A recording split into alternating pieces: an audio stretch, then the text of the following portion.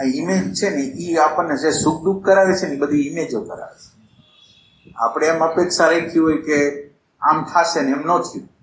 આપણે એમ માન્યું હતું કે મને પ્રોફિટ થશે અને એને બદલે લોસ છે. એટલે હવે શું થાય? એક ઇમેજ બનાવેલી હતી કે હું ધંધો કરું છું એટલે મને આમ જ થવાનું છે. અને એ સિવાય મેં વેલ્યુ આપી હતી, પૈસાને વેલ્યુ આપેલી છે. શાંતિને, પ્રેમને, વૈશ્વિક ઇન્ટેલિજન્સને કોઈને વેલ્યુ નથી આપી.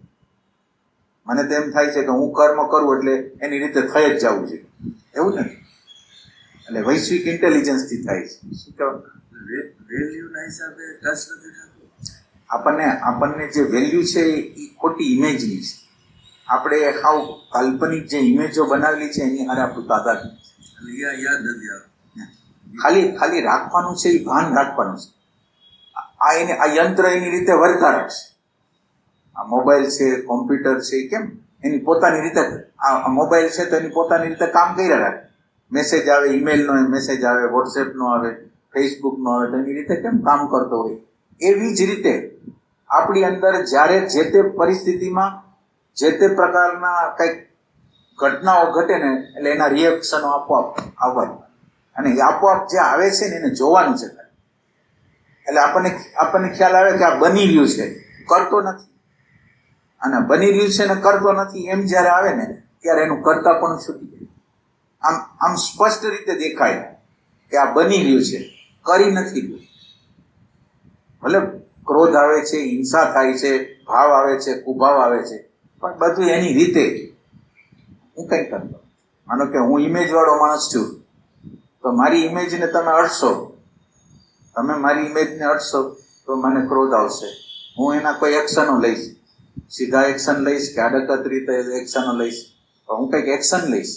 કારણ કે હું ક્યાં ચોટેલો છું? તો કે ઇમેજની અંદર ચોટેલો છું. આ ઇમેજ જે કંઈક ઈચ્છે છે, કંઈક કરવા માંગે છે, એને હું જોતો નથી. એની રીતે જ એક્શન કરે છે. ઇમેજ વાળો ઇમેજની એક્શન કરે, પ્રાઇડ વાળો પ્રાઇડની એક્શન કરે, ઇમોશન વાળો ઇમોશનની એક્શન કરે, ઇન્ટેલેક્ચ્યુઅલ વાળો ઇન્ટેલેક્ચ્યુઅલની એક્શન કરે. બધી વસ્તુને ઇન્ટેલેક્ચ્યુઅલ સેન્ટરથી જ આઈડા રાખે. એક માણસ ઇમોશનલ સેન્ટરથી બધી વસ્તુને આઈડા રાખે. એટલે આની અંદર કઈ ફેરફાર નહીં. આ યંત્ર આપણને એમ કહે કે તમે ઇમોશનલ સેન્ટરથી અથવા ઇન્ટેલેક્ચ્યુઅલથી અથવા ઇમેજથી અથવા પ્રાઇડથી ગમે એને તમે ચાલુ થઈ જાઓ. એટલે આપણે ચાલુ થઈ જાય. એટલે આ કર્મમાંથી આપણે બહાર નીકળવું હોય તો જે સમય મને સુખ થતું હોય તોય ભલે, મને દુઃખ થતું હોય તોય ભલે, હું એનાથી સેપરેશન કરી શકું, હું એને જોઈ શકું. આ મારો વિભાગ નથી, આ મારા ભાનનો વિભાગ નથી, પણ આ ભાનના પ્રકાશમાં પ્રકાશિત થતો વિભાગ છે. આ હું નથી ને નથી એવું જ્ઞાન આપણી અંદર પ્રગટ થવું.